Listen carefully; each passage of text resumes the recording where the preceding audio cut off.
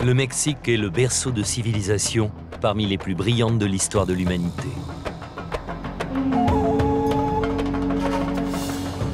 Au cœur de la forêt se cachent encore de nombreuses cités que l'on croyait oubliées. Des équipes françaises participent aujourd'hui à la redécouverte de ce patrimoine. C'est la structure emblématique de Riobec, trouvée au début du XXe siècle et perdue ensuite pendant 60 ans. Le Mexique, ce sont des traditions ancestrales. Incroyable, je ne sais pas comment ils font pour jouer, pas se brûler. Des secrets enfouis depuis des millénaires, dont certains s'apprêtent aujourd'hui à ressurgir du passé.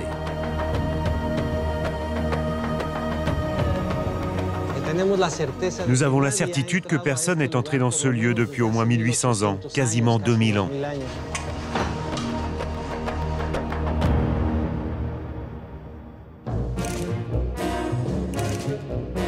Le Mexique, c'est aussi la rencontre entre deux cultures. En 1519, les cavaliers espagnols arrivent dans ce nouveau monde. C'est l'animal de la conquête par excellence, puis aussi l'animal introduit. Donc c'est l'animal de l'aristocratie. Seuls les Espagnols à l'origine peuvent monter à cheval. Conquête d'un territoire et installation d'une colonie, la Nouvelle-Espagne.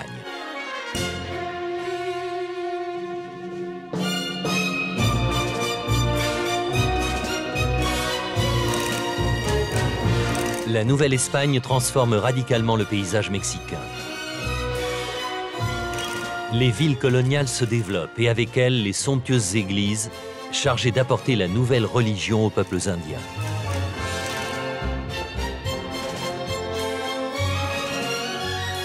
Moi, je trouve que c'est un bijou, c'est un grand bijou architectural du XVIIIe siècle.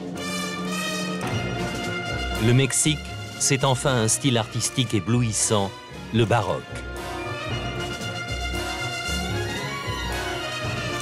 À travers lui, les Indiens vont exprimer la naissance d'une culture métissée.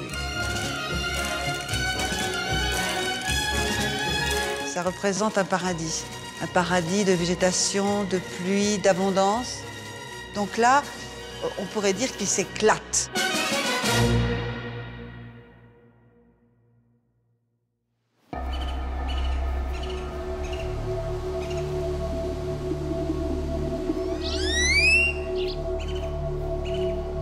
Des pyramides monumentales, une cité légendaire. Nous sommes dans la péninsule du Yucatan, au cœur de la grande cité maya de Calakmul.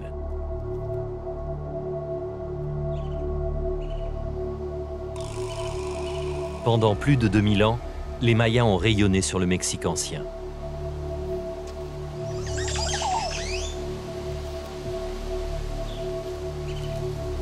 Un monde fascinant qu'explore l'archéologue français Dominique Michelet. Depuis une trentaine d'années, il cherche à percer les mystères des grands sites préhispaniques. Et pour lui, monter au sommet de cette pyramide, c'est faire un véritable voyage dans le temps.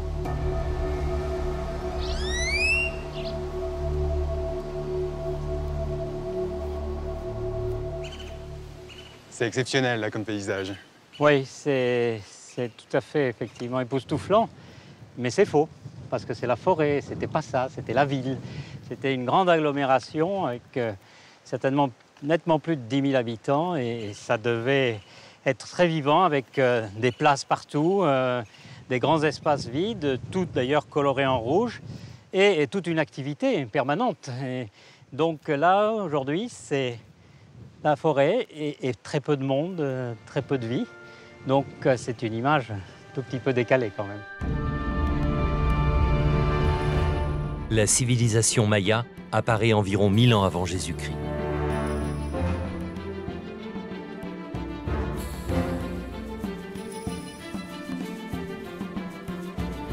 Architecture, sciences, astronomie, les Mayas ont développé un savoir exceptionnel.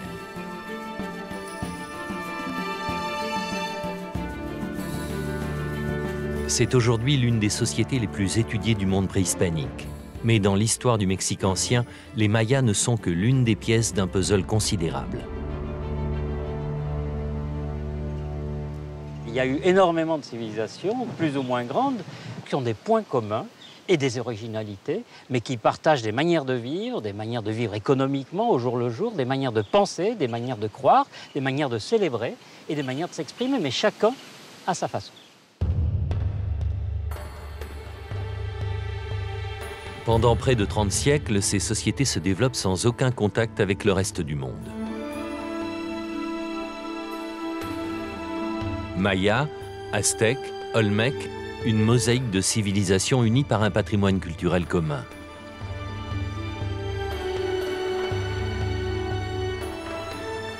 À une cinquantaine de kilomètres de Mexico, Teotihuacan est l'une des plus brillantes.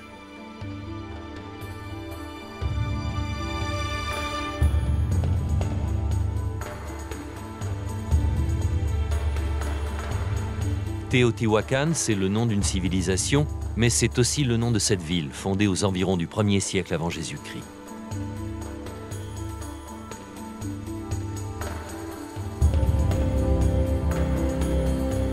Jusqu'à sa chute 700 ans plus tard, c'est l'une des cités les plus influentes du Mexique ancien. Pourtant, elle sera en partie dévastée et presque totalement abandonnée en quelques années seulement.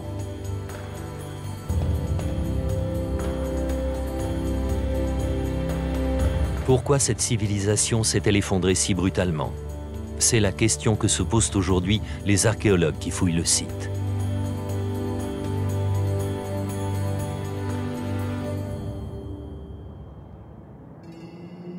Au cœur de la cité, voici le temple du serpent à plumes.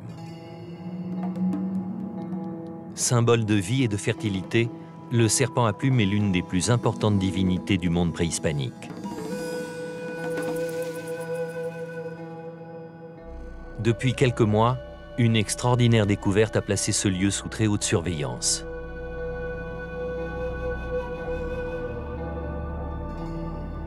Devant le temple, un mystérieux puits a été mis au jour.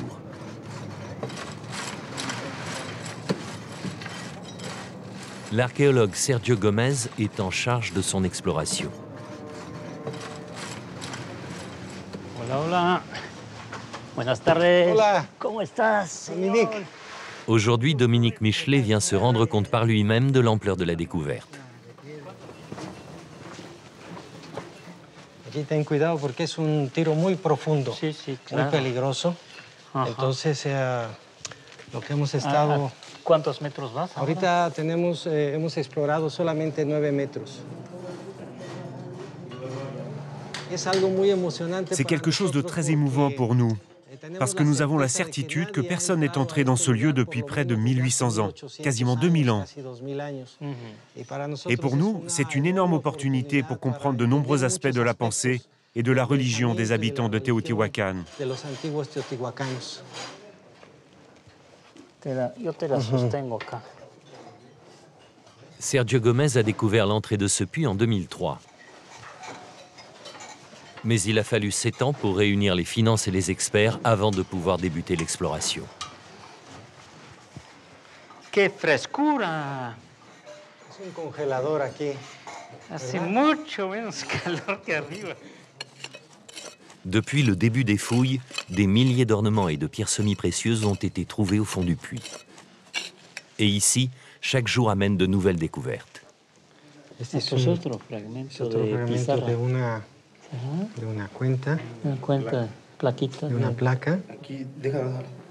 Tenemos igual en ese mismo material, Ajá. pero es un fragmento de disco. No sé si Ajá, alcanza sí, a sí, sí, escuchar. se ve, sí, se ve. Y es como normalmente están apareciendo solitos. ¿no? Claro. Pero también tenemos otros pequeños caracoles, Claro. otros de concha, Claro. probablemente estos de pizarra que a lo mejor Se iban ve como pegados. pizarra, ¿verdad? Y algunos pequeños fragmentos de jade, Ujú. que es muy, muy Bueno, importante. colmillos. Ces milliers d'objets sont en fait des offrandes déposées ici il y a près de 2000 ans par les prêtres de Teotihuacan. Objetos que hemos recuperado. Ça n'est pas un simple remblai qui est, je veux dire, c'est pas un dépotoir qu'on a jeté dedans. C'est du remblai qu'on apporte un remblai mixte de sédiments et de pierres auquel on mêle un certain nombre d'éléments qui sont là pour justement montrer que c'est quelque chose d'exceptionnel. Un lieu exceptionnel, car en réalité, ce puits masque l'entrée d'un tunnel. Et c'est ce tunnel que Sergio cherche à découvrir.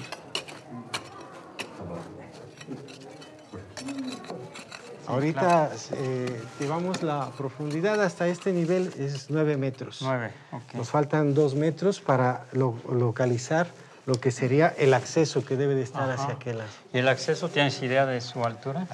Más o menos calculamos en como 3 o 4 metros de ancho. Y a la altura de piso a la bóveda son aproximadamente como 3 o 4 metros.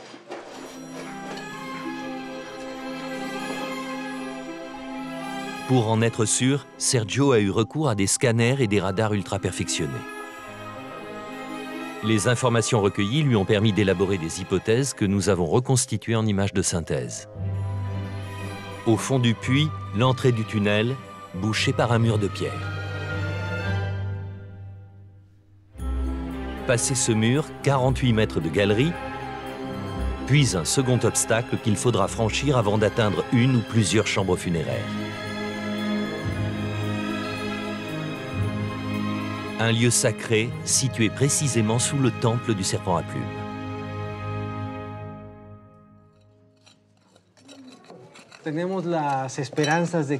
Nous pensons que les habitants de Teotihuacan ont déposé à l'intérieur les corps des dirigeants ou des prêtres qui étaient chargés du culte du serpent à plumes. C'est ce que nous espérons, mais nous ne pouvons pas être certains de ce que nous allons vraiment trouver ici. Qu'y a-t-il à l'intérieur? Que gardait-il? On n'en sait rien, mais nous sommes quasiment sûrs de trouver une tombe très importante.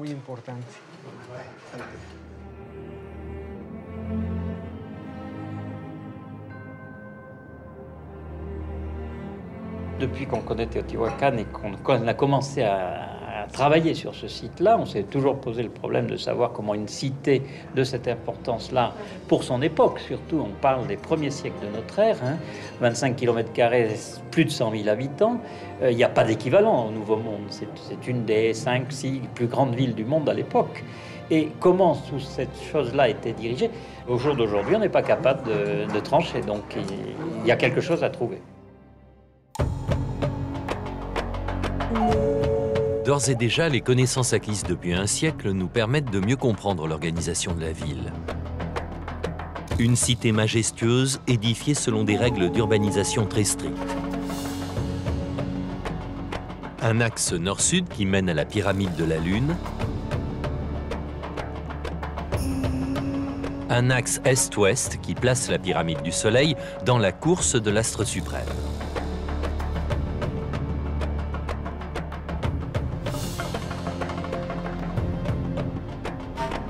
Les classes sociales supérieures habitent dans des palais, de grandes résidences où vivent plusieurs groupes d'une même famille.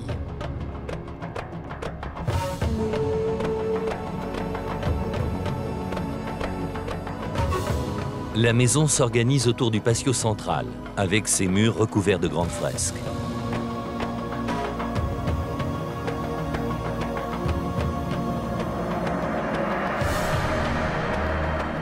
Une vie en apparence très ordonnée.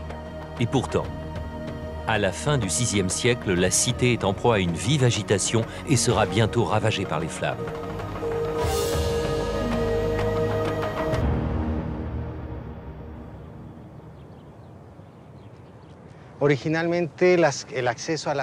À l'origine, l'accès des rues était très large, libre. Mais peu à peu, en raison de conflits sociaux, les habitants ont commencé à réduire et à fermer les accès de leur quartier. Non seulement cela, mais également à l'extrémité des rues. Ils ont commencé à construire de petits postes de vigilance. Ceci nous indique qu'il y a eu des problèmes sociaux très importants et l'insécurité semble être devenue une préoccupation majeure des habitants de Teotihuacan et de ses dirigeants. Dans les années précédant la chute de Teotihuacan, il y avait une grande disparité sociale. Les gens avec beaucoup de pouvoir et beaucoup de richesses obtenaient toujours plus de pouvoir et toujours plus de richesses, tandis que le niveau de vie du peuple allait en diminuant. Ceci a engendré de nombreux problèmes. Et si l'histoire doit servir à quelque chose, c'est à nous enseigner les erreurs du passé pour ne pas les reproduire.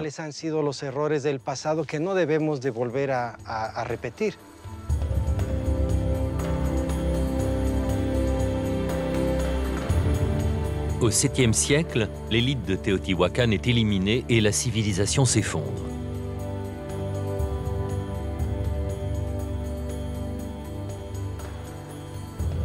Les Aztèques la découvrent des centaines d'années plus tard. Ils en font un lieu mythique et s'en inspirent pour fonder leur propre capitale, Tenochtitlan, plus connue aujourd'hui sous le nom de Mexico.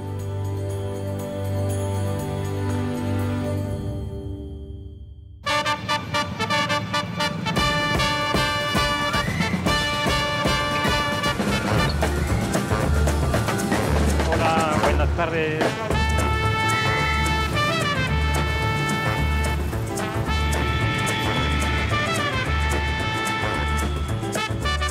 Avec environ 20 millions d'habitants, Mexico est l'une des plus grandes agglomérations du monde.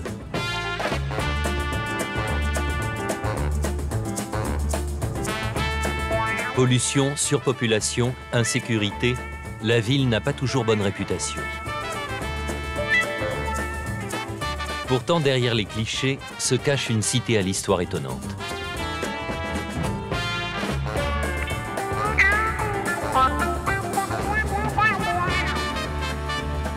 Fondée par les Aztèques, Mexico a continué de se développer après l'arrivée des Espagnols. Le centre historique et son architecture coloniale témoignent de ce passé prestigieux.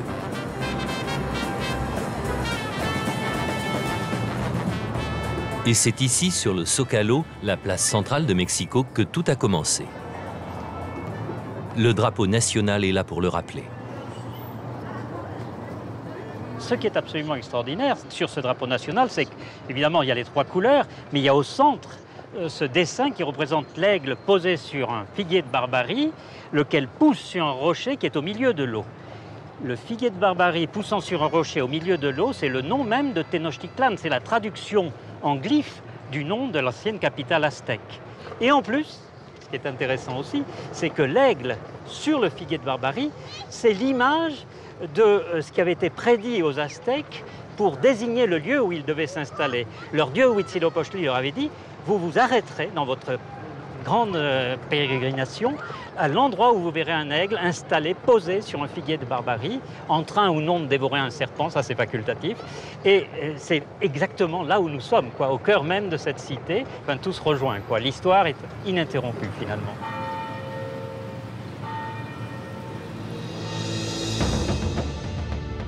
Une histoire qui débute il y a près de 700 ans. Les Aztèques sont alors un peuple nomade venu du nord du Mexique. Au XIVe siècle, ils découvrent le site évoqué dans la prophétie. C'est un archipel du lac Texcoco. En quelques décennies, l'archipel devient une puissante capitale, Tenochtitlan, l'ancêtre de Mexico. Les Aztèques vont réussir à construire une ville sur les eaux du lac grâce à un extraordinaire procédé de construction, les chinampas.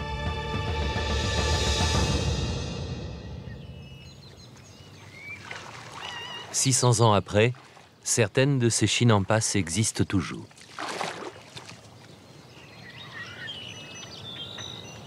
Nous sommes ici dans le quartier de Xochimilco, en plein cœur de Mexico.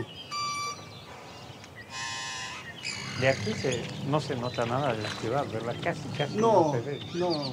Tiene uno la impresión de estar en el puro campo. Ándale, en el campo, sí, nada más. Vu du ciel, les chinampas apparaissent comme un écrin de verdure encerclé par la mégapole. Depuis 1987, le site est inscrit sur la liste du patrimoine mondial de l'UNESCO.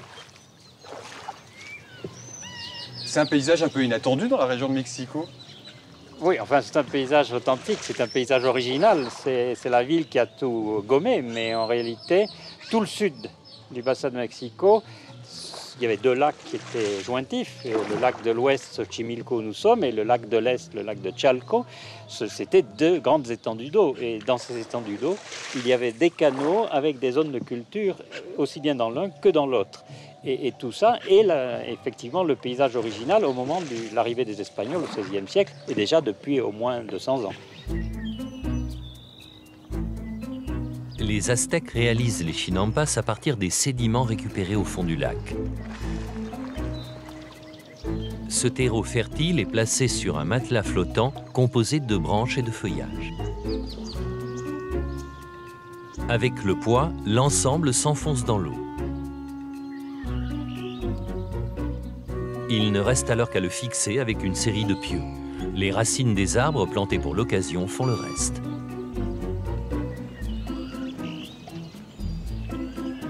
Ces terres agricoles représentaient la principale source d'alimentation de Tenochtitlan. Don Pascual est l'un des derniers cultivateurs de chinampas. Là, c'est votre chinampa. Oui, oui.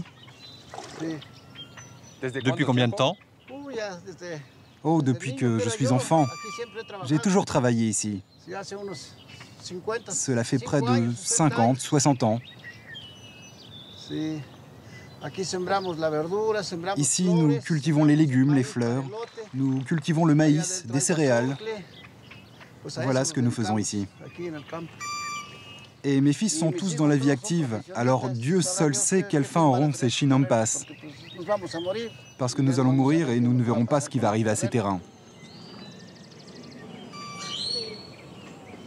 Préserver cet environnement fragile, c'est désormais l'un des grands enjeux de Mexico.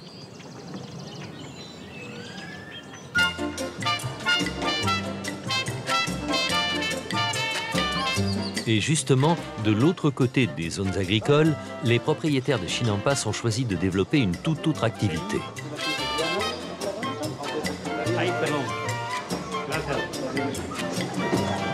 Promenade dominicale, fête d'anniversaire, chaque semaine, des milliers d'habitants de Mexico viennent profiter de ces canaux. À l'époque aztèque, les embouteillages devaient probablement ressembler à ça. C'est une utilisation de cette zone de la ville, évidemment, un tout petit peu différente de ce que c'était jadis. Mais c'est une bonne utilisation en même temps, je pense, parce que ça continue à faire vivre ce quartier. Et j'aurais tendance à penser que c'est la seule façon de sauver cette partie-là de l'ancienne ville. C'est le Mexique moderne, et donc, mais c'est un Mexique qui fait le pont avec l'ancien, donc c'est à prendre, je crois. C'est pas à laisser, c'est à prendre.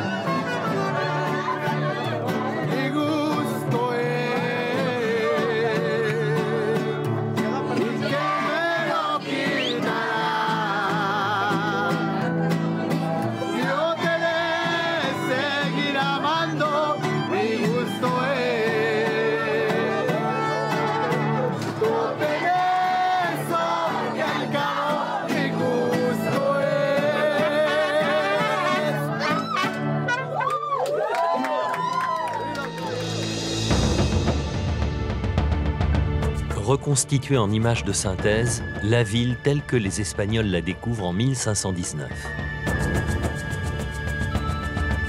Une cité organisée autour du Templo Mayor, la grande pyramide, et de la place centrale. Cette place centrale, la voici aujourd'hui.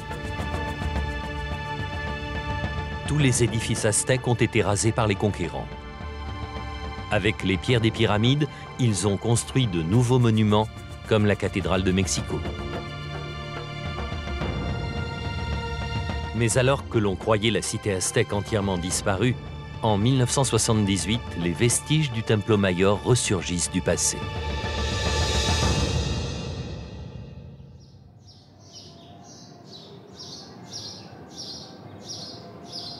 C'est le début d'un chantier pharaonique confié à l'archéologue Eduardo Matos Moctezuma. Depuis plus de 30 ans, il supervise les recherches menées sur le Templo Mayor, des recherches qui se poursuivent encore aujourd'hui.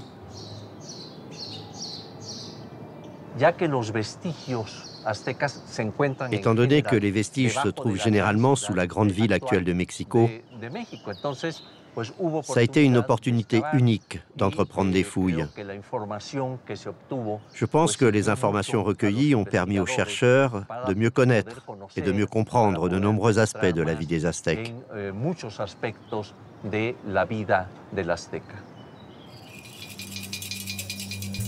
Ironie de l'histoire, il a fallu raser tout un quartier de la ville fondée par les Espagnols pour retrouver la cité aztèque. Mais le résultat des fouilles est à la hauteur des espérances. Car ce que les archéologues découvrent, ce n'est pas une pyramide, mais les bases de 7 pyramides différentes qui semblent emboîtées les unes dans les autres. Il faudra plusieurs années de recherche pour en comprendre le principe. Les Aztèques, comme la plupart des civilisations préhispaniques, ne détruisent pas leurs pyramides. Lorsqu'ils souhaitent agrandir un édifice, ils utilisent l'ancien monument comme base et construisent la nouvelle pyramide par-dessus.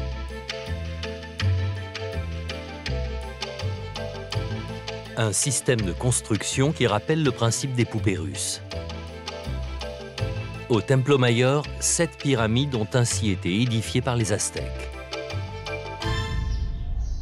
Ça a un double avantage. Premièrement, on garde le caractère sacré, on ne rompt pas cette ambiance effectivement parfaitement religieuse, on ne désacralise rien, mais en même temps, c'est plus économique puisqu'on a tout le remblai, une grande partie du remblai de l'étape suivante. Donc, on joue sur tous les tableaux. Le Templo Mayor, c'est le cœur de la vie religieuse dans la cité aztèque.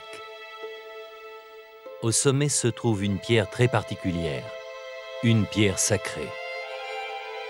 C'est ici, face à la foule rassemblée au pied de la pyramide, que se pratiquent les sacrifices humains.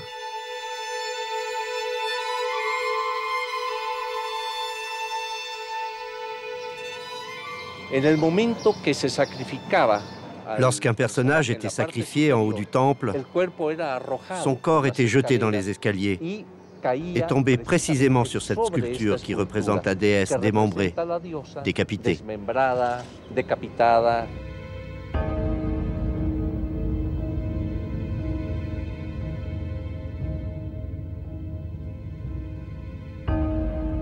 On estime que plusieurs dizaines de milliers de guerriers ont été sacrifiés au cours des différentes inaugurations du Templo Mayor.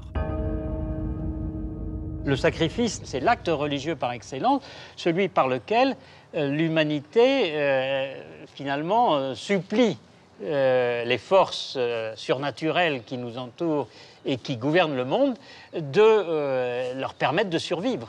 Dans l'idéologie aztèque, le sacrifié est un individu qui est promis un au-delà tout à fait exceptionnel, qui n'a rien à voir avec l'au-delà de celui qui meurt sur sa natte. Les ennemis des Aztèques seront les premières victimes des sacrifices. Leurs ossements étaient exposés sur le Tzompantli, le mur des crânes. Une certaine forme de respect pour l'adversaire, mais également une politique de la terreur qui a permis aux Aztèques d'instaurer le plus puissant empire du Mexique ancien.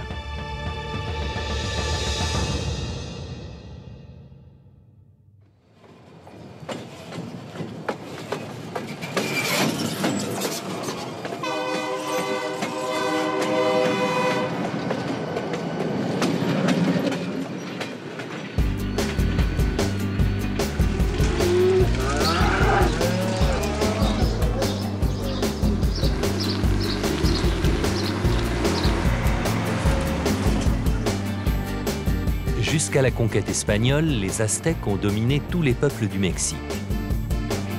Tous les peuples, ou presque, car une civilisation résistera toujours à leur soif de puissance. Nous partons dans l'ouest du pays, à proximité de la ville de Sacapú. Depuis 2008, l'archéologue français Grégory Pereira fouille un site archéologique attribué à une civilisation méconnue, les Tarasques. Les Tarasques, ce sont les ennemis héréditaires des Aztèques. Si on en croit en fait les traditions orales qui ont été recueillies à l'époque de la conquête, les Aztèques auraient volé les vêtements des Tarasques au moment où ceux-ci se baignaient dans un lac. Les Tarasques se seraient retrouvés nus et on aurait beaucoup voulu aux Aztèques. Et voilà, ils auraient commencé à être comme ça ennemis.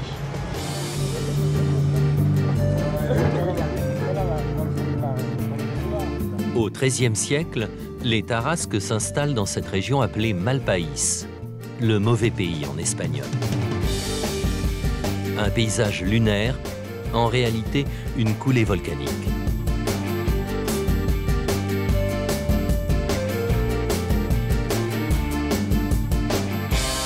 C'est pourtant dans cet environnement hostile que les Tarasques choisissent de s'établir. Comme chaque matin depuis un mois, Grégory monte au sommet de cette coulée volcanique. Mais à cet instant, il est encore loin d'imaginer l'incroyable découverte qu'il va faire aujourd'hui. En plus de son équipe d'archéologues, il a fait appel à des habitants de la région.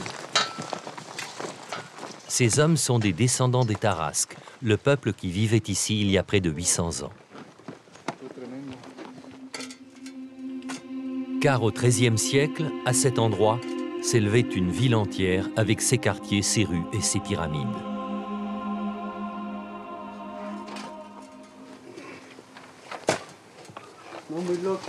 Les recherches se concentrent sur un petit groupe d'habitations. 4 maisons à partir desquelles les archéologues tentent de comprendre la vie quotidienne et les pratiques des habitants. Et qu'est-ce qu'ils sont venus faire ici ?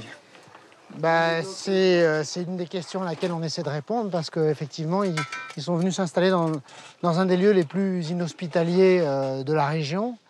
Donc on essaie de comprendre pour quelles raisons ils se sont installés ici, comment ils ont pu vivre, parce qu'il n'y a pas d'eau, il n'y a pas de sol pour cultiver. Et donc, c'est que par les recherches archéologiques qu'on arrivera peut-être à avoir plus d'informations, à en savoir plus.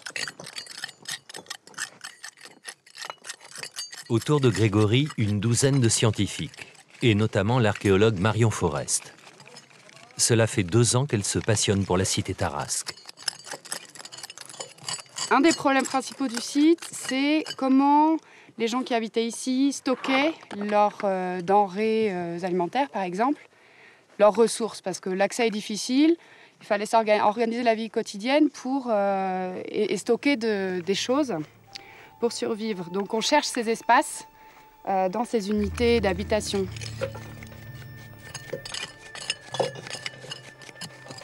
Pendant de nombreuses années, l'archéologie mexicaine a concentré ses efforts sur les civilisations aztèques et mayas. Les Tarasques ont tout simplement été mis de côté. Le travail des équipes françaises va permettre de redécouvrir une culture oubliée. Et justement, ce matin-là, Grégory fait une découverte intrigante. Il a mis au jour une dalle à l'angle d'une maison. Après l'avoir dessinée, il veut maintenant savoir ce qu'elle cache.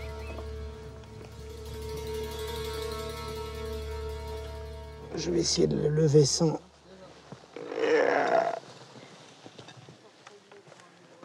Il y a un récipient en céramique dont on voit ici la bordure. Je ne sais pas encore ce qu'il y a dessous. Alors, ça peut être juste une offrande, ça peut être le couvercle inversé d'une urne, et ça peut être l'offrande d'une urne funéraire. Qui serait en dessous. Qui serait éventuellement en dessous, oui. Sur les urnes qu'on a trouvées jusqu'à présent, toutes contenaient des restes d'enfants. Voilà, on va refermer pour l'instant parce qu'il va falloir qu'on s'organise. Grégory en est persuadé. Cette découverte pourrait apporter des informations capitales sur les rites des Tarasques. Dans 2 jours, le temps de procéder au relevé et de préparer le terrain, il saura enfin ce que contient l'urne mystérieuse.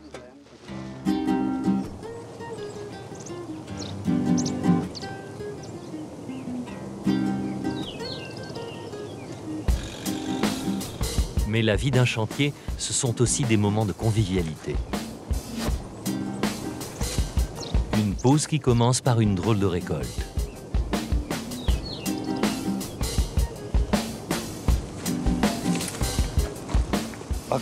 C'est pour manger. C'est pour les comer. On peut le manger? Oui, c'est très bon. C'est du nopal. C'est la nourriture des anciens. Oui, parce qu'ils n'avaient rien à manger. Et comment ça se mange?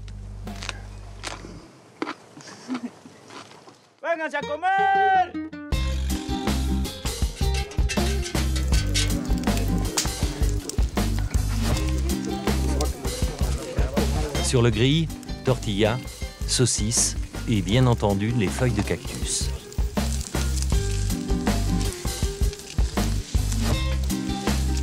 C'est pas impossible que ce soit un héritage des anciens habitants.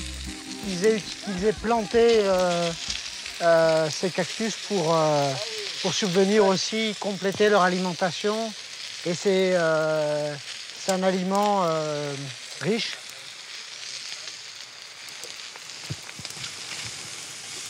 Ça, Marion, c'est des petits moments privilégiés quand même. Oui, c'est super sympa de faire ça tous ensemble. En plus, voilà, manger ce qu'on coupait sur le site. Moi, je ne m'aventurerais pas avec les épines de nopal. Non, c'est super sympa.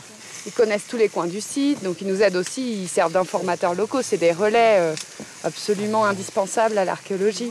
Et puis, ils apprennent aussi qu'il y a une certaine manière de faire les choses dans l'archéologie.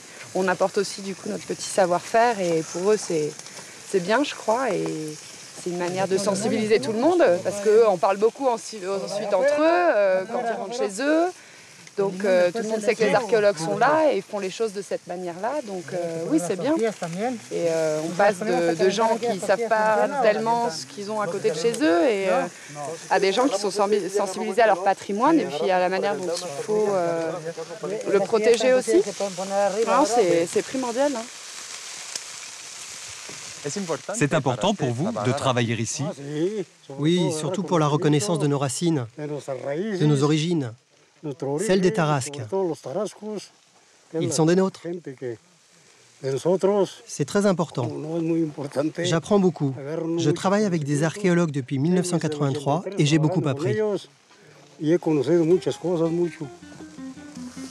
Ça, c'est le steak chichimec. Le steak chichimec. C'est le bistec de la chichimec casera. De l'avocat, un zeste de citron, une sauce pimentée pour accompagner le tout, la recette idéale pour préparer ce véritable hot dog façon Tarasque.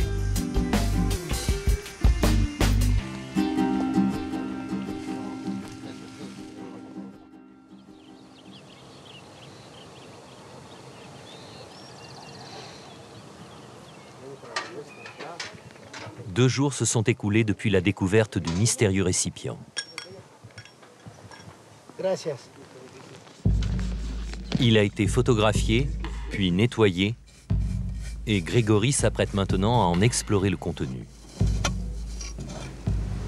Bon, alors voyons voir comment ça se présente.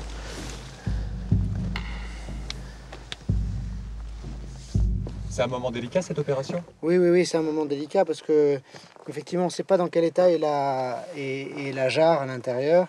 Donc, il ne faudrait pas qu'en enlevant le couvercle, on ait des morceaux qui tombent à l'intérieur et qui aillent abîmer le contenu. Entonces, mira, lo que voy a hacer es que si te puedes poner acá y voy a levantar la tapadera, te la voy a pasar para evitar, bueno, por si hay una fractura aquí para que no se vaya para adentro. Près de 800 ans après avoir été scellée, la jarre livre enfin ses secrets.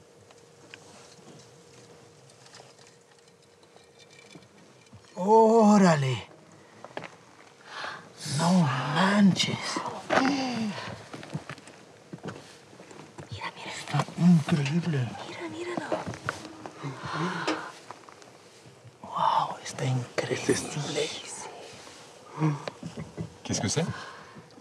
C'est une sépulture d'enfant, mais d'une conservation. C'est un enfant, et on n'en a pas eu d'aussi bien conservé. Hein. Le crâne est absolument intact. Il y a 3 récipients à l'intérieur. Waouh!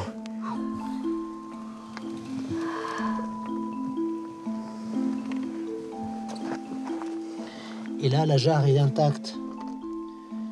La jarre est intacte, ce qui expliquerait pourquoi la conservation est si bonne. Parce que toutes les autres urnes qu'on a découvertes, la jarre était fracturée en bas.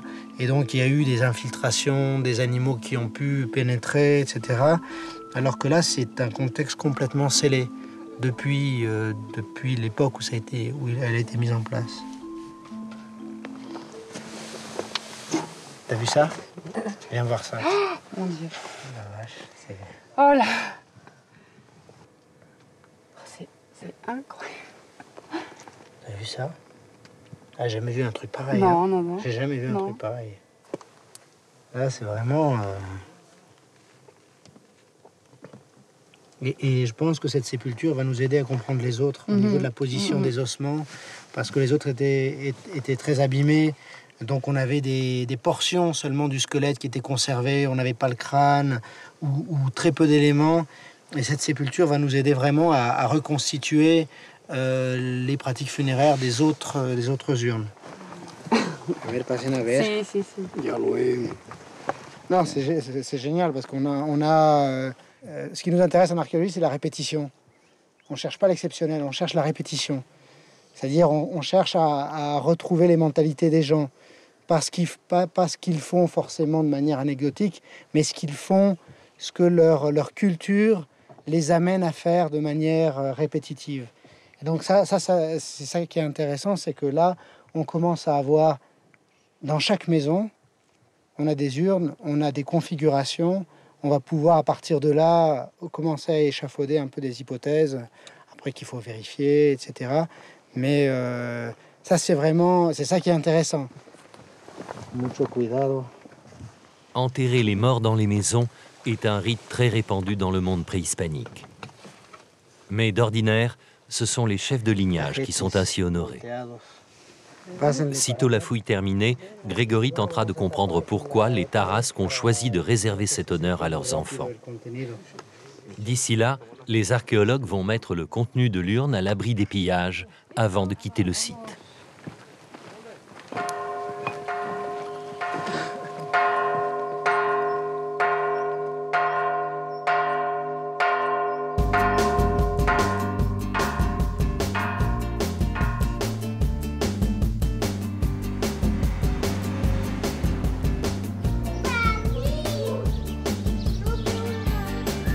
Nous sommes à Tirindaro, un village voisin. Ici, la plupart des habitants sont des descendants directs de la civilisation tarasque.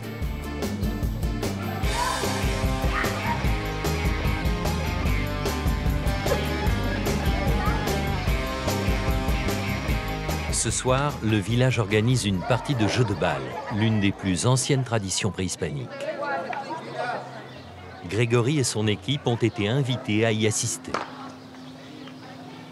Hola, Hermilo. Comment estás? Cela se transmet de génération en génération. Les joueurs se réunissent au sein de leur communauté et cela donne une appartenance et une identité aux familles qui vivent ici.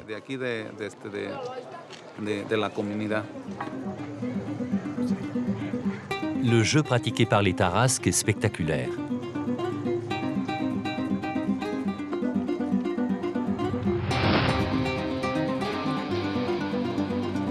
Les joueurs s'affrontent avec une balle enflammée, une tradition ancestrale que les plus jeunes tentent aujourd'hui de préserver.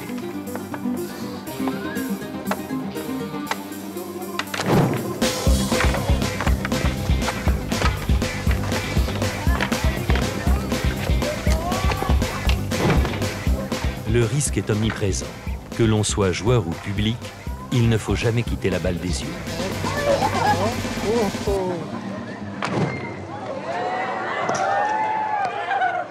C'est très impressionnant, enfin, le son de la balle en feu, enfin, c'est incroyable. Je ne sais pas comment ils font pour jouer et pas se brûler.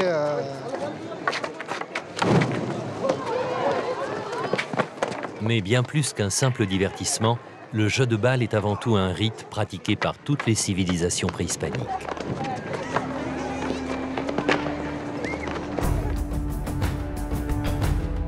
Comme le montre cette reconstitution, lors des échanges, les Mayas ne peuvent utiliser ni leurs pieds ni leurs mains. Le jeu symbolise l'affrontement des grandes forces qui gouvernent l'univers, le jour contre la nuit, la mort contre la vie. La partie se déroule sur un terrain spécialement aménagé pour l'occasion. Celui de Chichén Itzá, dans la péninsule du Yucatan, est le plus grand jamais réalisé. L'équipe gagnante est celle qui parvient à faire passer la balle à travers cet anneau. Un jeu rituel à l'issue fatale. Dans le monde maya, c'est par le sacrifice du capitaine vaincu que s'achève le jeu de balle.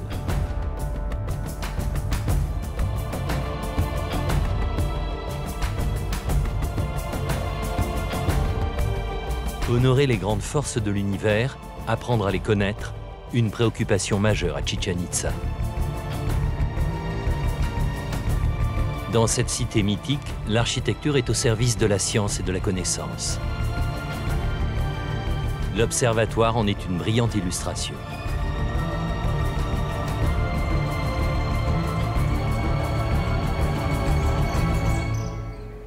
C'est un bâtiment circulaire qui est plutôt lié à la mesure du temps plus qu'à l'observation des astres. C'est-à-dire que les fenêtres et les entrées sont percées de manière à ce que le soleil y pénètre à des jours précis de l'année. Et c'est une espèce de montre, d'horloge astronomique. C'est-à-dire que le temps est un élément divin, c'est un élément qui a été créé par les dieux et il faut essayer de le respecter le plus possible.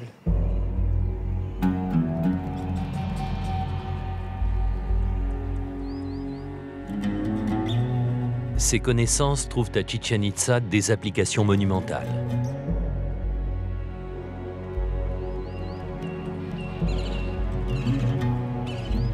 Voici le Castillo, la grande pyramide. 365 marches, une représentation grandiose du calendrier solaire.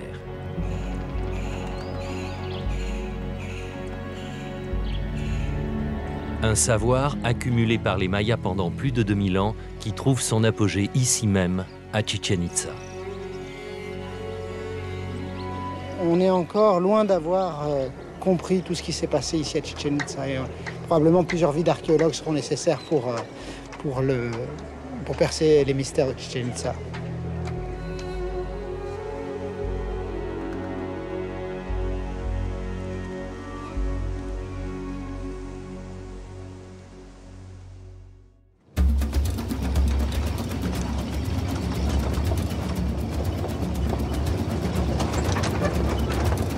Au sud de Chichén Itzá, nous retrouvons l'archéologue Dominique Michelet.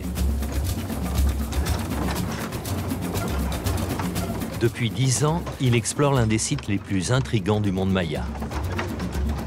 Pour y accéder, 1 heure de piste à travers une épaisse forêt. C'était une piste qui a été abandonnée depuis très longtemps. C'était un chemin forestier et ça fait 14 km, donc il a fallu le rouvrir. Et puis récemment, alors on a vu des félins pour la première fois. Ouais, on a vu un puma il n'y a pas très longtemps. Et Lorenzo a vu un jaguar jeudi dernier.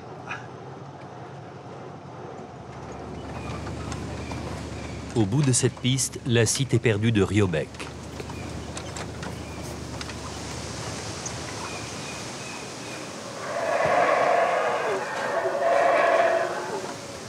Dominique lui a consacré 10 ans de sa vie.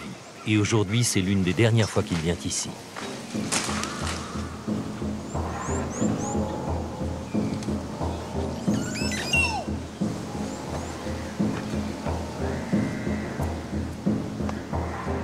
Riobec, c'est une société maya originale qui a choisi de vivre à l'écart des grands centres urbains.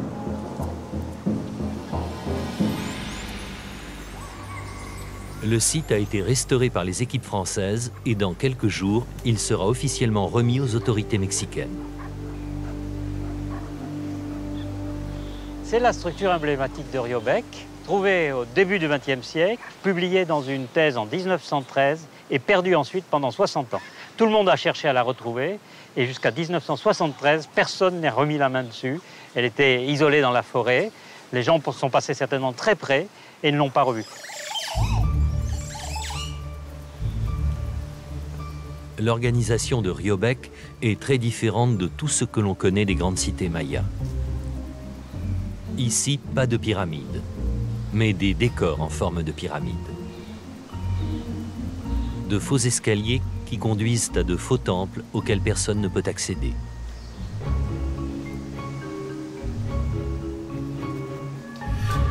Ce sont de riches agriculteurs mayas vivant dans ce que l'on appelle des groupes résidentiels. Chaque groupe accueille les membres d'une même famille, la plus grande maison étant réservée au chef de lignage. Quand on était chef de lignage, là, on avait une vue, on est beaucoup plus haut que tout le monde, on a une vue dominante et on peut vérifier ce que font les petits cousins là-bas, le gendre ici et les serviteurs dans la dernière maison et à la limite même regarder les plats qui se cuisinent dans la cuisine qui est ici. Les recherches de Dominique ont permis de révéler des informations étonnantes. Cette maison, par exemple, pour en connaître le propriétaire, il suffit d'en observer le décor. On voit ici des cabosses, le fruit dont on fait le cacao. Le cacao, c'est le végétal de référence. C'est ce dont on fait une boisson qui est la boisson des princes et la boisson des dieux. Et donc, exprimer ici, finalement, une plantation de cacao, c'est dire, attention, moi, je suis un personnage très important.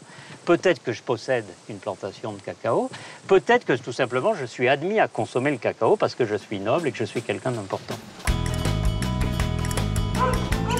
Riobec fait aujourd'hui la fierté du village voisin de 20 Noviembre.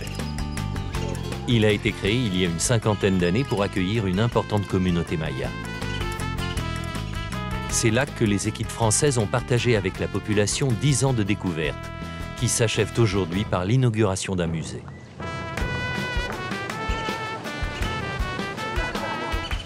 Les archéologues qui ont dirigé le projet aux côtés de Dominique n'imaginent pas encore l'accueil qui va leur être réservé.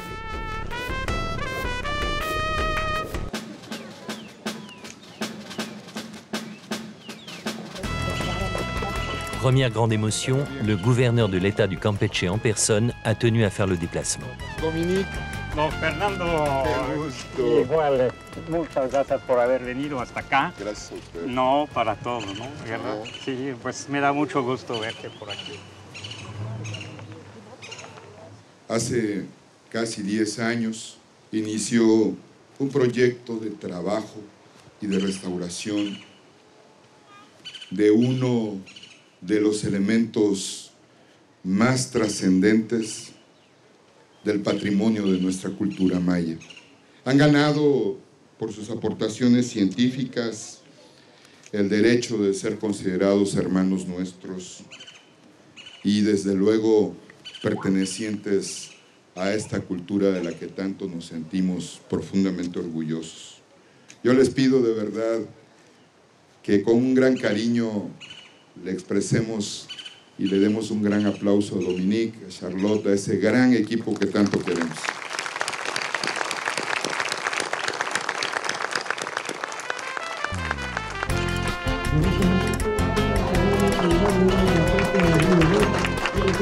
Bueno, entonces aquí tienes el espacio, 15 metros de largo por 5 de ancho. Autre temps fort, la visite du musée. Un événement qui offre l'occasion de célébrer 50 ans de collaboration archéologique entre la France et le Mexique. Il revient désormais aux habitants de 20 Noviembre de faire vivre l'incroyable héritage laissé par Riobec. Hasta pronto. Gracias. Je l'ai senti très ému tout de même. Oui, oui, on peut pas le cacher, non, c'est pas possible.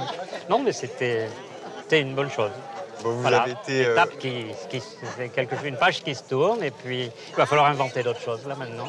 Mais enfin, je crois qu'il y avait de bonnes conditions et réellement tout ce qu'on a pu faire ici méritait ce qu'on essaye de laisser. Voilà.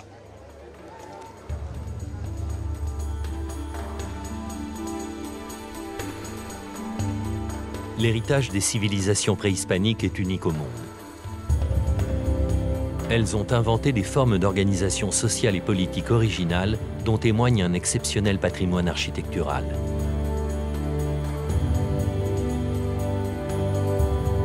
Sans aucun contact avec le vieux continent, elles ont créé une culture qui compte parmi les plus riches de l'histoire de l'humanité.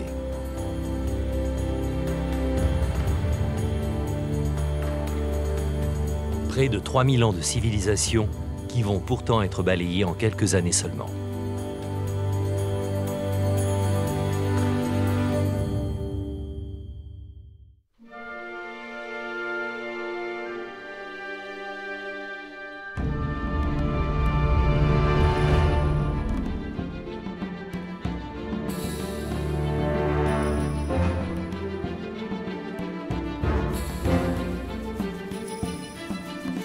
Au début du XVIe siècle, le monde préhispanique est parcouru de rumeurs inquiétantes.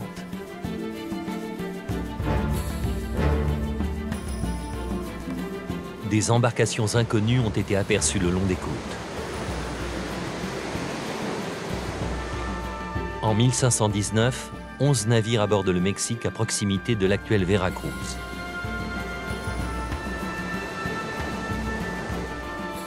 À leur bord, des Espagnols. 600 hommes conduits par le capitaine Hernán Cortés. Ils cherchent une porte d'entrée qui leur permettra de pénétrer dans les terres. Ainsi débute la conquête du Mexique.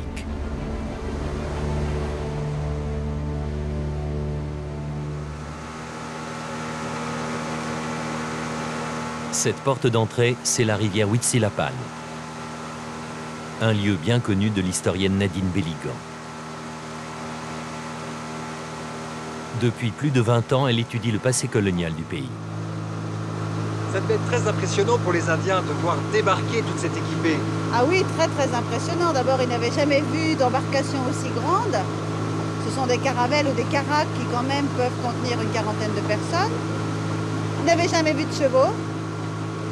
Ils n'avaient jamais vu non plus d'armure, de casque. Ils ignoraient la poudre, ils ne savaient pas ce que c'était qu'un canon.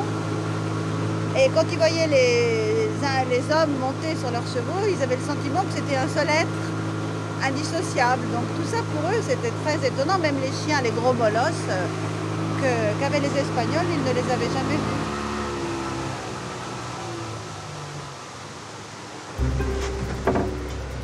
Nous arrivons à la Antigua Veracruz. C'est ici que les Espagnols s'installent à partir de 1525. La Antigua Veracruz, c'est le tout premier village fondé par des Européens sur le continent américain.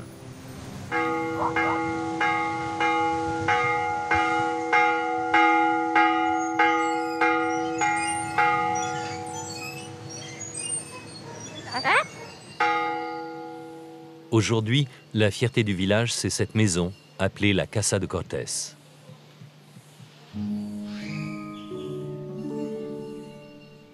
Un lieu énigmatique. En réalité, la plus ancienne maison coloniale du Mexique.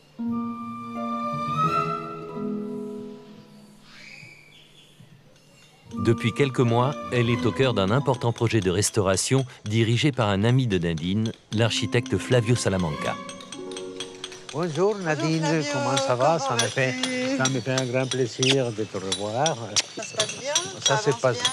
Oui, ça va être en train de faire la consolidation des murs parce qu'ils sont déjà presque 500 ans, enfin 5 siècles, qui ont été debout. Et là, votre objectif, c'est de conserver ces... Conserver la ruine. La ruine, c'est vraiment quelque chose qui est plus belle qu'un monument. Parce qu'il y avait Auguste Rodin, on lui a demandé à Auguste Rodin, le sculpteur, « Maître, qu'est-ce qui pourrait être plus beau qu'une œuvre d'art » Il a répondu « La ruine d'une œuvre d'art ». Ah, bah alors ça, c'est exact ça. Viens Nadine, parce que... Oui. Les historiens pensent que cette maison était un poste de douane servant de relais entre l'Europe et le Mexique.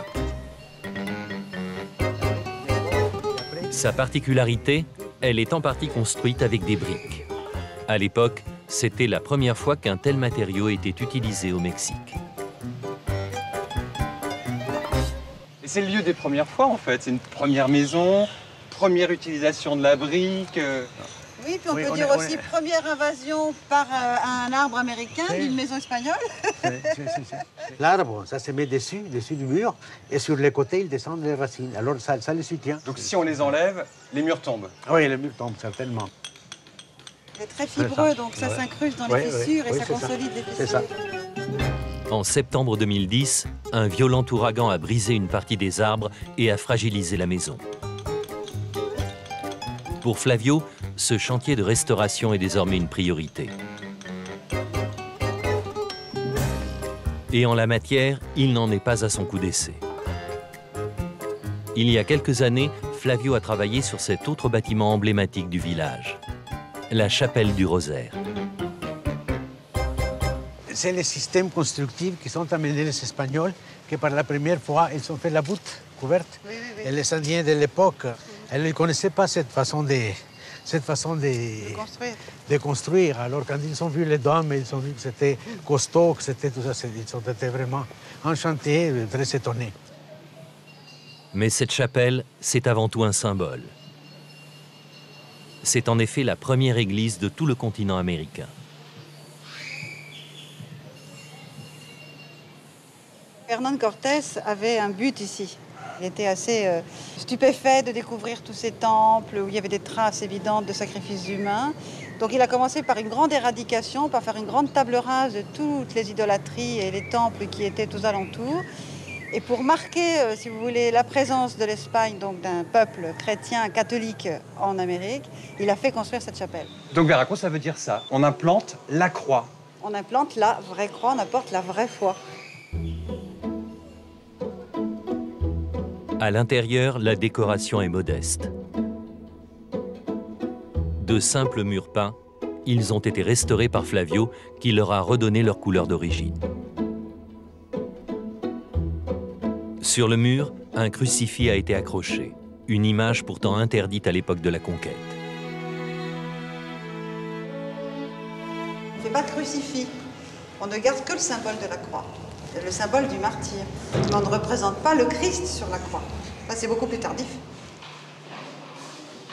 Il ne fallait pas montrer un Christ saignant, parce qu'il venait d'empêcher, par l'idolâtrie, de faire des sacrifices humains.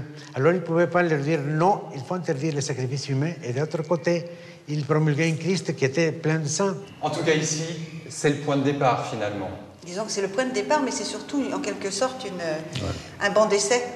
On va voir comment ça prend, comment ça se passe, comment ça marche. C'est un petit banc d'essai finalement modeste, hein. C'est une petite chapelle modeste, beaucoup plus modeste que le seront par la suite les églises, monastères des franciscains.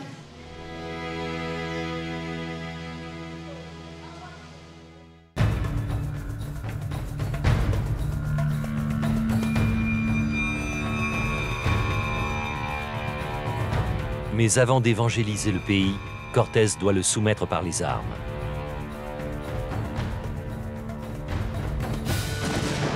À partir de 1521, il assiège Tenochtitlan, la capitale de l'Empire aztèque.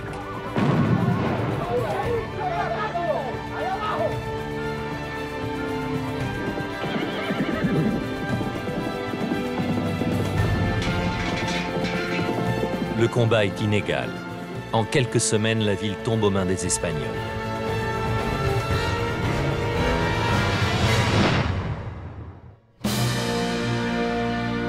Le Mexique devient une vice-royauté, la Nouvelle-Espagne, avec Mexico pour capitale.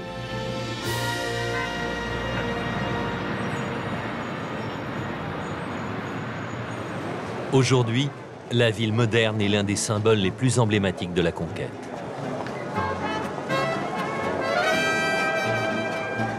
Le témoignage d'une rencontre entre deux cultures.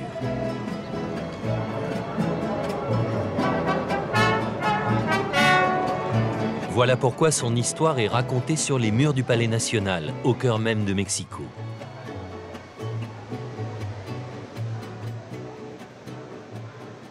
C'est ici, dans ce lieu hautement symbolique, que le célèbre peintre Diego Rivera a choisi de fixer une œuvre magistrale qu'il réalise entre 1929 et 1935. Il a peint 450 mètres carrés de fresques ici, dans le Palais national, pour montrer au peuple mexicain, pour leur enseigner leur histoire. Donc il y a une dimension didactique, et c'est ça le vrai pouvoir de l'image, c'est d'enseigner l'histoire à travers la peinture, la tradition de la fresque, qui est une tradition pluriséculaire. C'est un moyen de communication, c'est un outil de communication et de transmission des savoirs et des connaissances. Peindre des images pour transmettre la connaissance, une tradition héritée du Mexique ancien. Les peuples préhispaniques transmettaient leurs connaissances en images dans des livres qu'on appelle les codex.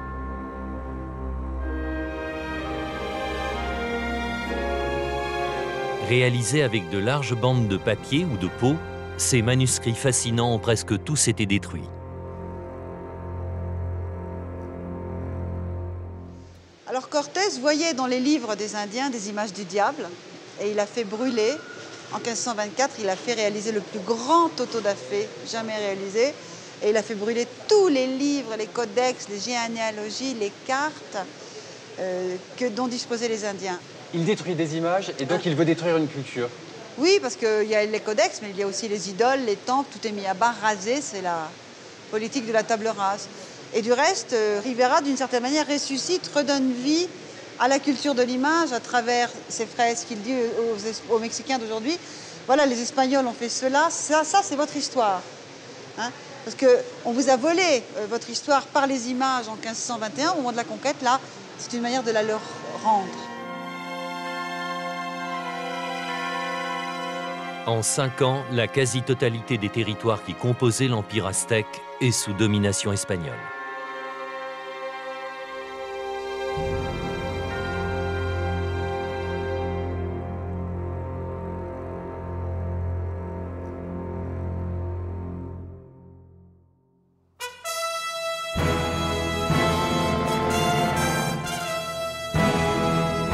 À partir de 1524, les ordres religieux arrivent d'Europe pour évangéliser les populations indiennes.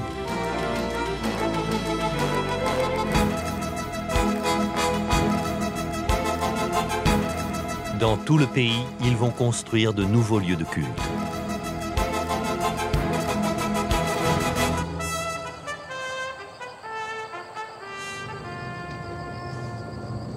Il y a de très belles histoires sur l'arrivée des franciscains. D'abord, les franciscains, par exemple, sont un peu un modèle pour les Indiens. Ils ont un mode de vie qui est très proche de celui des Indiens. Ils n'ont pas d'argent, ils ne vivent que de l'aumône. Et il y a un des frères que les Indiens même vont appeler le pauvre, le limble, parce qu'il est tellement pauvre qu'il se retrouve en haillons. Et les Indiens lui proposent de lui refaire un vêtement et ils l'appellent Motolinia, celui qui est pauvre comme eux. En compagnie de Nadine, nous partons à une centaine de kilomètres au nord de Mexico, dans la ville d'Actopan.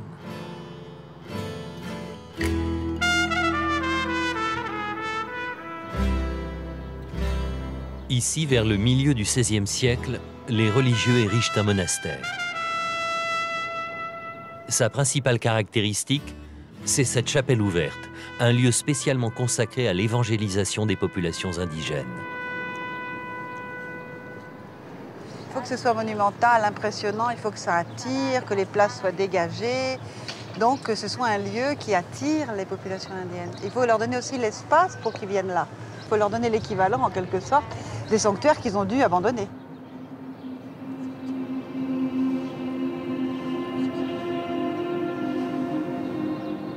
Avec 17 mètres de hauteur, les dimensions de cette chapelle ouverte sont uniques au Mexique.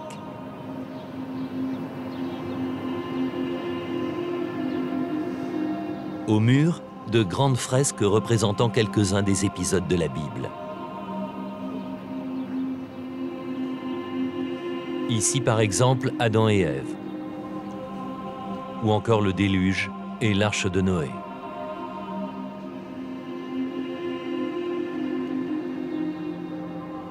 Comme le faisaient les civilisations préhispaniques, les religieux vont se servir de l'image pour enseigner la nouvelle foi. C'est un lieu étonnant à plusieurs titres. D'abord, c'est la plus grande chapelle ouverte de tous les monastères créés par les ordres mendiants au début du XVIe siècle. Donc c'est vraiment un lieu qui permettait de recevoir énormément de monde, d'indigènes donc que l'on allait évangéliser, endoctriner. Puis vous voyez, il y a toute cette grande place que l'on pouvait également investir. Parce qu'il faut vous imaginer cet endroit rempli d'enfants qu'on va catéchiser, auxquels on va enseigner le catéchisme, les préceptes de la foi. Ils sont tous assis, parfois ils ont des petits bancs dans cet endroit, les enfants, les adultes. Et il y a un religieux qui est en chair et qui est véritablement lui-même un spectacle. Alors qu'est-ce qu'il va enseigner? De la main gauche, par exemple, il sensibilise son auditoire et il les rassemble vers lui, et de la main droite, il enseigne des images.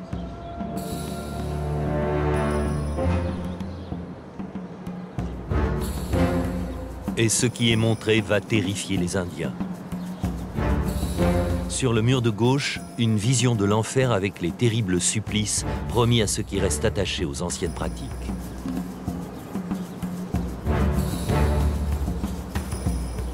Alors parmi les supplices se trouve le supplice du feu, de la grille, de l'extirpation des entrailles. On condamne aussi les Indiens idolâtres et anthropophages, donc ils sont condamnés à être eux-mêmes découpés et consommés en petits morceaux. Alors que du côté des élus, on trouve les Indiens qui ont renoncé aux idoles et aux temples, un Indien qui s'éloigne du temple et qui suit la nouvelle foi, la foi des chrétiens. En tout cas, on représente ceux qui sont les élus et ceux qui sont les damnés en disant voilà, vous étiez dans l'erreur, les damnés sont ceux qui ne suivent pas la vraie foi. Si vous êtes les élus, donc si vous participez à la construction de ce nouveau mode de vie, à l'image de vos chefs, de vos caciques, eh bien vous aurez la vie éternelle. Privés de leur temple, de leurs repères, les Indiens se convertissent massivement à la nouvelle religion. Le territoire est conquis, les âmes évangélisées. Il faut désormais organiser la vie économique de la Nouvelle-Espagne.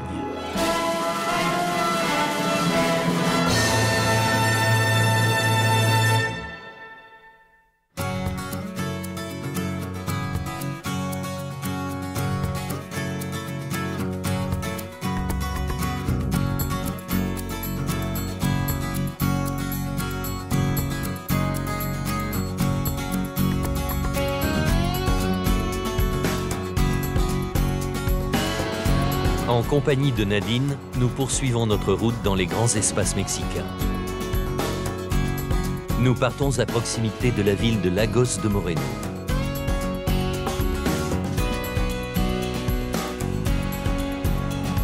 Lui, c'est Pancho Cermeño. Il est éleveur de chevaux. Nous sommes ici chez lui.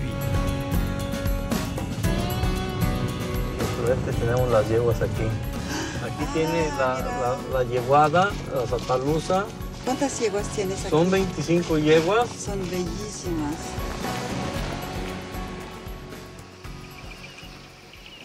Voici les terres de la famille Cermeño.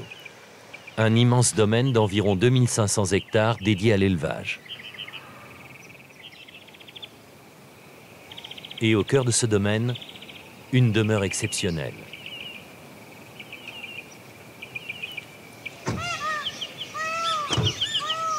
Ya llegamos a tu casa. Llegamos a su casa.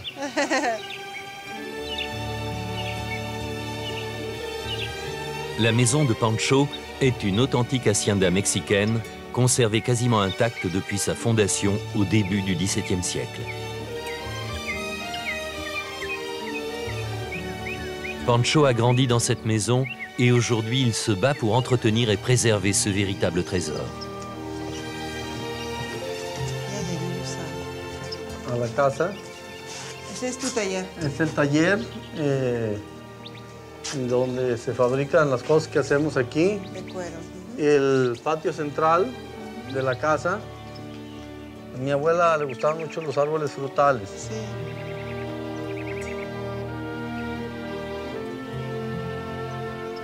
C'est très rare de trouver des vieilles haciendas aussi belles, aussi préservées. On a l'impression d'être au XVIIe siècle.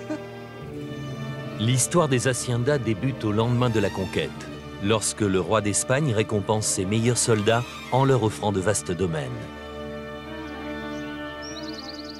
À l'origine, les Espagnols sont dotés de terres Mais ils ont des troupeaux, ils ont des bergers, c'est tout, mais ils ne vivent pas sur place. Donc le fait de vivre sur place, de faire une résidence au centre de ces propriétés rurales, de ces domaines, parfois même de très grands domaines, est vraiment un phénomène du XVIIe siècle. Et donc l'hacienda devient synonyme au Mexique de la maison et ses terres, d'un mode de vie aristocratique. Ces grands domaines participent au développement économique du Mexique et feront la fortune de leurs propriétaires. Symbole de réussite, la chapelle privée. Ah, es muy grande. Aquí había 45 familias que dependían de la hacienda y dependían de ella 300 personas.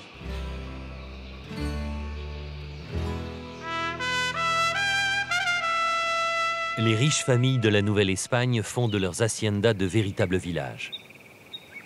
Esta hacienda tenía en su tiempo herrero, carpintero y maestro. Mi abuelo siempre se preocupó mucho por la educación. Pancho est lui-même le descendant d'une grande famille de conquistadors. Buenas tardes. Hola, buenas tardes. Une famille qui se réunit chaque dimanche au cœur de l'hacienda. Aujourd'hui, certains ne sont pas venus à cause de la pluie, mais d'ordinaire, ils sont une trentaine autour de cette table. C'est une grande famille. Une très grande famille. Parce que vous savez, les plus anciens documents concernant cette hacienda remontent à 1600 et quelques. Et c'est toujours dans la famille depuis cette époque. Elle n'a jamais changé de propriétaire depuis que la conquête du Mexique a permis à certaines personnes d'obtenir des concessions de terre. Et l'une de ces concessions a été accordée à la famille Cermeño. 4 siècles d'histoire et autant de souvenirs. Pancho nous conduit maintenant dans l'un des lieux les plus étonnants de l'hacienda.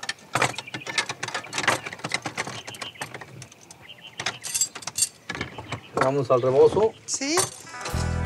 Vamos. Wow. Este es el sillero. Enorme. Es un lugar de muchas memorias, con mucho sentimiento.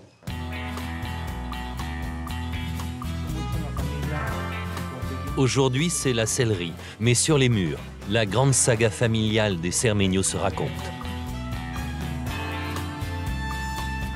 Es gigantesco. ¿Qué era antes? Era una troje donde se guardaban maíz. Se restauró y ahora es el rincón del rebozo. El rebozo es un caballo. Ah, es un caballo. La pasión por el caballo siempre ha sido grande.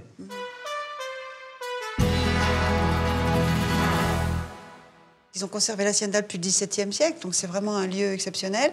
On pourrait dire que c'est le rebozo archéologique ici, cette espèce d'histoire qui s'accumule comme ça, qui est partagée par tout le monde, qui laisse une mémoire aux petits qui viennent. Mais vous voyez aussi, c'est un lieu où vraiment les animaux ont toute leur importance. C'est-à-dire que ce n'est pas les individus seuls, c'est les individus avec leurs animaux, leurs chevaux, leur art de vivre qui sont ici dans cette pièce. C'est très émouvant. Cette passion se transmet de génération en génération depuis près de 5 siècles.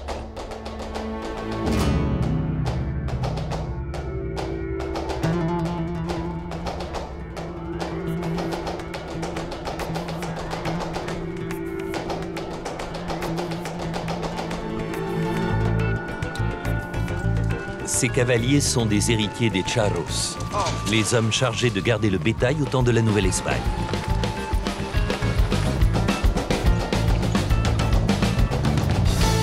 Les charros sont à l'origine d'un art équestre remarquable devenu aujourd'hui sport national, la charrería.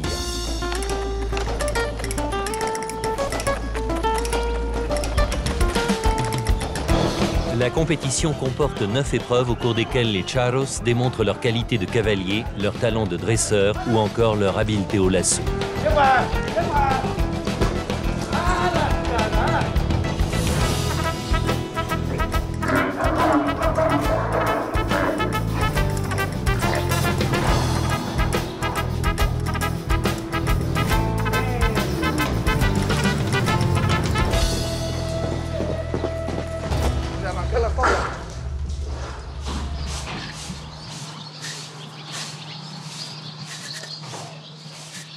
Voici Juan Cermeño, le cousin de Pancho.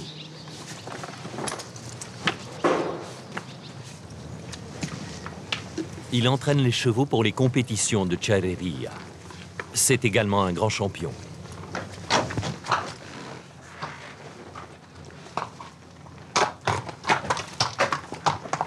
Juan passe la plupart de son temps dans le manège pour s'entraîner et dresser les chevaux qui lui ont été confiés par les propriétaires. Sa spécialité, la cala de caballo, ou l'art de freiner à la voix un cheval lancé en plein galop.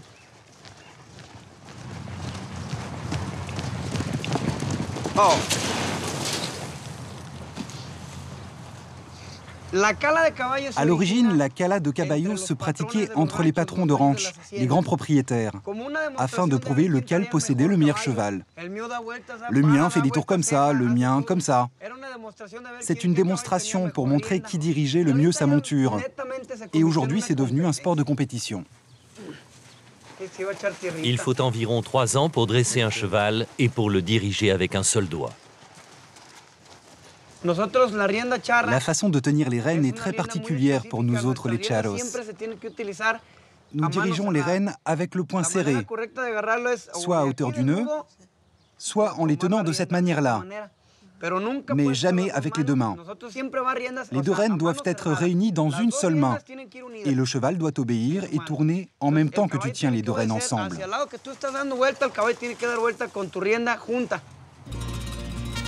Cette posture, c'est la marque de fabrique des charros.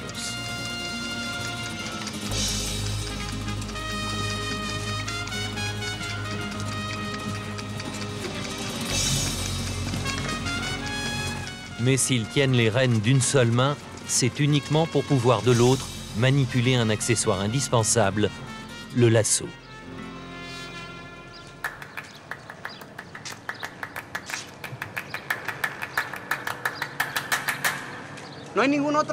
Aucune autre culture ne manie le lasso comme nous le faisons.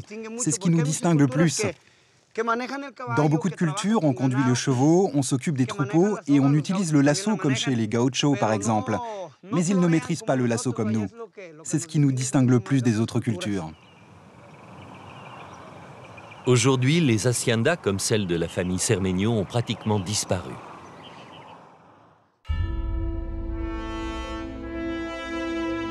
Au lendemain de la révolution mexicaine de 1910, un grand nombre d'entre elles ont été démantelées et les terres en partie redistribuées aux paysans des villages environnants.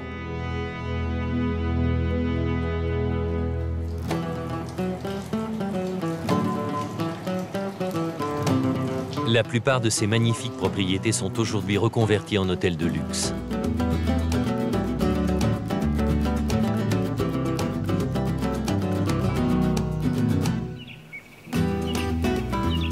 Une reconversion indispensable pour sauver ces domaines qui comptent parmi les plus somptueuses réalisations de la Nouvelle-Espagne.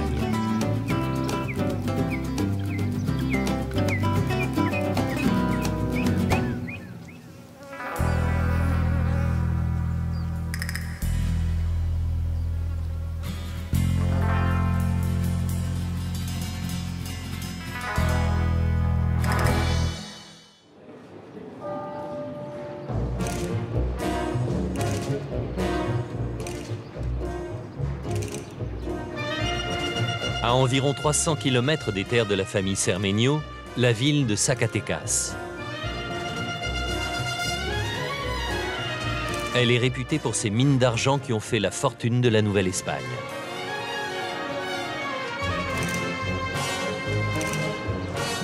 Zacatecas est construite de toutes pièces par les Espagnols qui vont importer dans ce nouveau monde un style architectural hérité du vieux continent.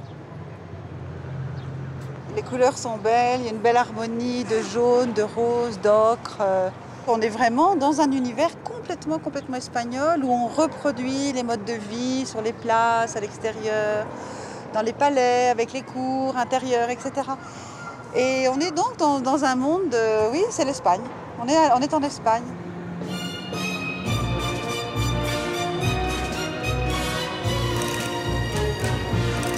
Grâce à l'argent des mines, les Espagnols décorent les façades des bâtiments et embellissent la ville.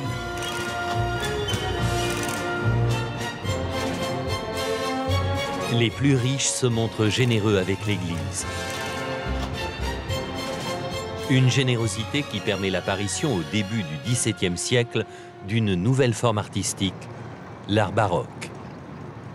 La cathédrale de Zacatecas, achevée en 1752, en est une superbe représentation. L'art du baroque, c'est l'art de la verticalité. Le but du jeu, c'est que tout l'espace soit envahi et qu'on ait le sentiment que ça va nous tomber littéralement dessus. L'idée, c'est d'envahir la pensée, d'envahir l'esprit. On est dans l'ultra baroque. On est envahi par l'image et par les thématiques, puisque c'est un retable à visée didactique aussi. Le baroque transforme radicalement le paysage mexicain et près de 400 ans après son apparition, il continue d'influencer les artistes.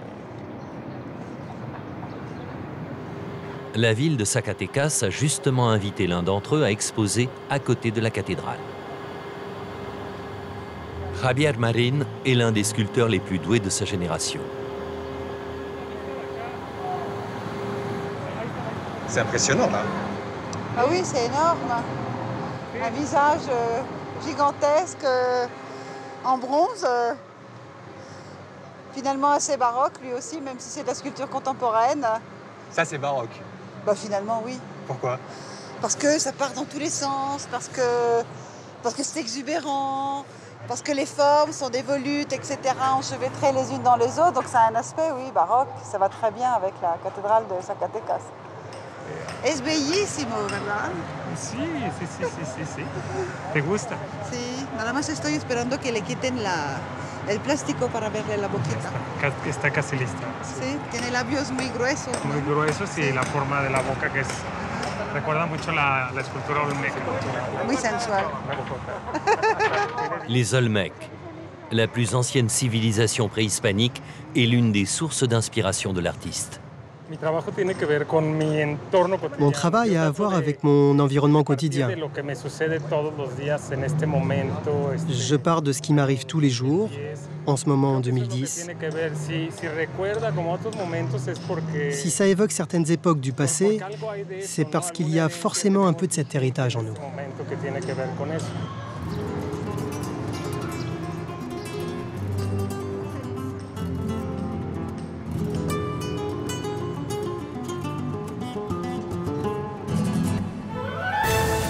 Avec le baroque se développent de nouveaux savoir-faire. Parmi eux, l'art des talaveras, ces faïences multicolores qui recouvrent le sommet des églises.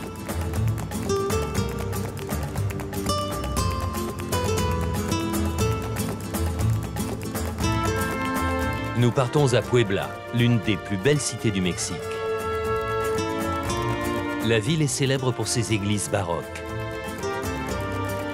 Ici, pas un dôme qui ne soit recouvert de talavera.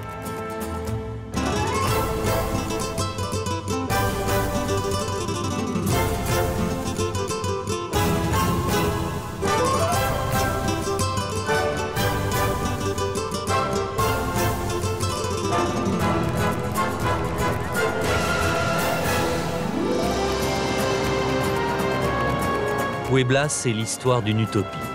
Celle des franciscains qui, en 1531, projettent de bâtir une cité nouvelle où Espagnols et indigènes vivraient en harmonie.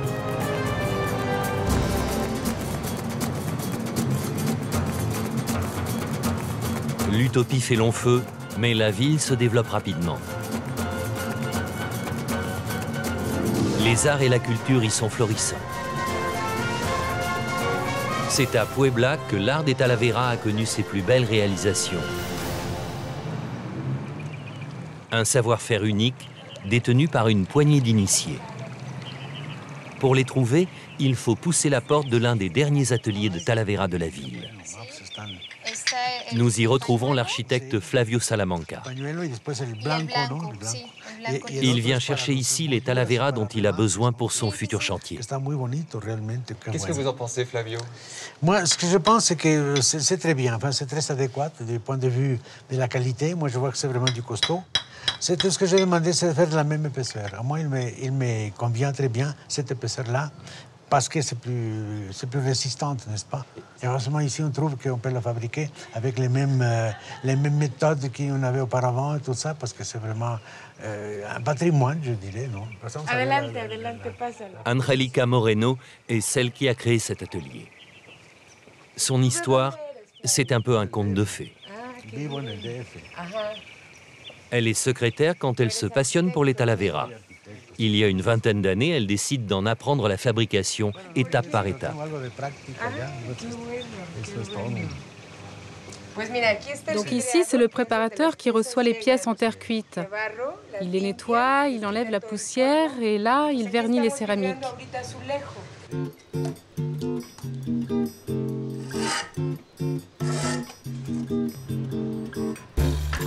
Avec ce procédé, il y a 7 étapes. Et si une seule étape est mal faite, tout est gâché. Vient ensuite le temps de la décoration. Un pochoir permet de poser les contours des motifs à réaliser.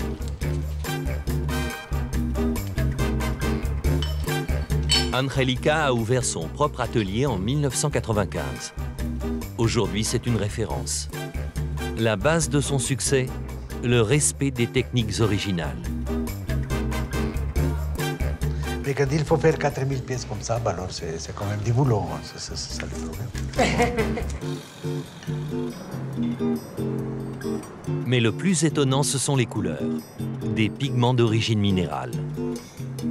Rien que du naturel. C'est la différence entre une talavera ou une céramique. Les céramiques sont réalisées avec des couleurs industrielles déjà prêtes. Ici, tout est fait de manière artisanale, par l'oxydation. Les artisans de l'atelier disent qu'ils peignent à l'aveugle. Car en réalité, c'est le feu qui va révéler les véritables couleurs des talaveras.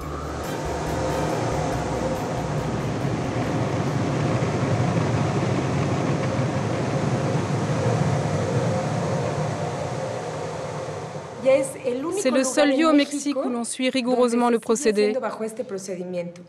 Le seul lieu au monde. Et voici le résultat après cuisson. Des couleurs éclatantes que les riches colons de la Nouvelle-Espagne vont décliner dans les objets du quotidien.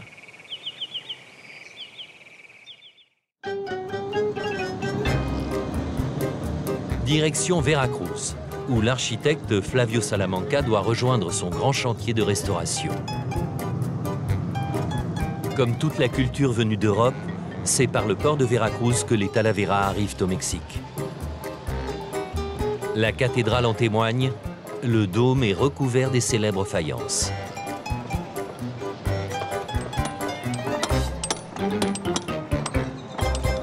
Flavio restaure l'ensemble du monument, mais aujourd'hui, il débute l'intervention sur les talaveras.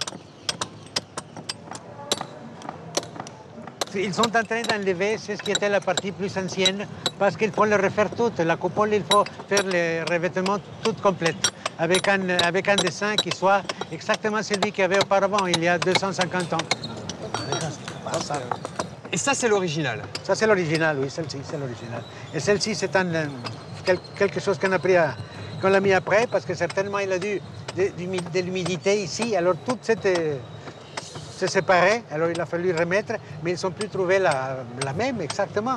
Alors ils ont mis ça. C'est moche, c'est pas joli. Peut-être celle qu'on va mettre, il va durer un peu plus de temps. Alors, ça, je vous dirai dans 2 siècles et demi. Le dôme en talavera n'est pas la seule originalité de cette cathédrale. Pour la restauration, Flavio a travaillé avec des matériaux tout à fait inattendus. Là, il y a une chose là qui est vraiment remarquable, qui est la pierre avec laquelle a été construite, a été bâtie cette église. Cette pierre, c'est du corail. C'est du corail de la mer, comme vous le voyez. Alors vraiment des formes qui sont vraiment très belles. Et ils l'ont fait comme ça parce qu'aux alentours de Veracruz, il n'y en a aucune carrière de pierre dure qui puisse être exploitable. Alors il fallait aller dans la mer justement pour chercher des barrières du corail. Ils les ont pris tous et avec ça, ils ont construit la cathédrale. Regardez comme ça, on dirait une plante. C'est vraiment beau. Et c'est dur comme une pierre, voilà. C'est ce qui est bien. Alors c'est vraiment unique dans le monde parce qu'une église qui a été construite à base du corail, alors il faut le faire, n'est-ce pas? Moi je trouve que c'est un bijou, c'est un grand bijou architectural du XVIIIe siècle. Et au Mexique, des chefs-d'œuvre architecturaux, on en trouve presque à chaque coin de rue.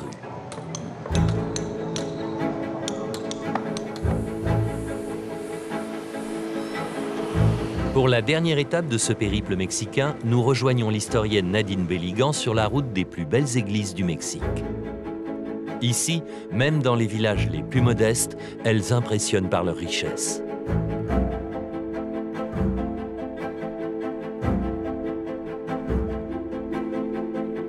Et contre toute attente, nombre d'entre elles sont l'œuvre des Indiens eux-mêmes.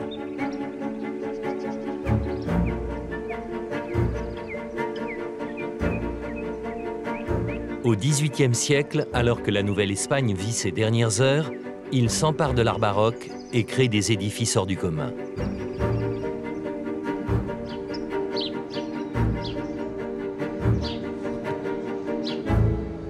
Et le joyau de cet art indigène, le voici. L'église Santa Maria à Tonantzintla.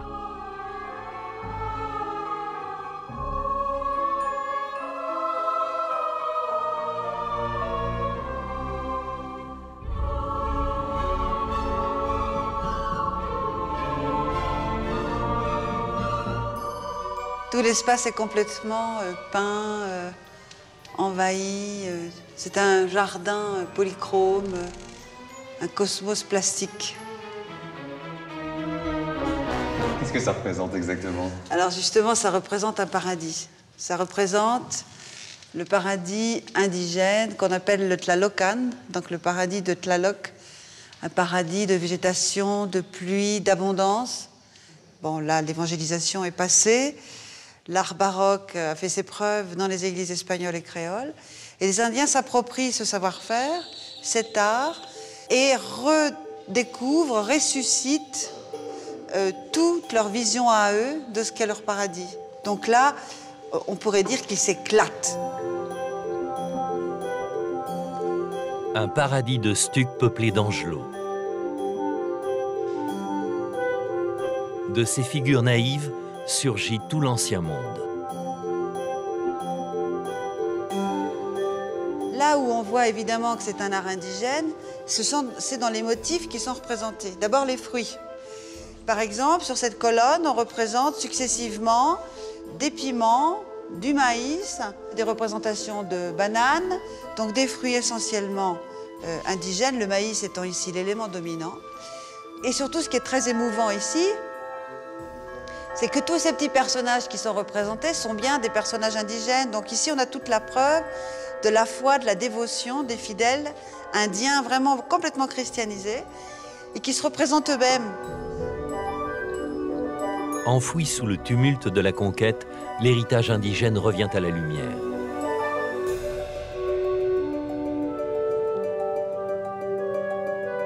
Les Indiens se sont appropriés les images des missionnaires pour en proposer de nouvelles. Utilisant les mêmes procédés que les conquérants espagnols, ils offrent, à travers l'art et l'architecture, le témoignage d'un Mexique métissé.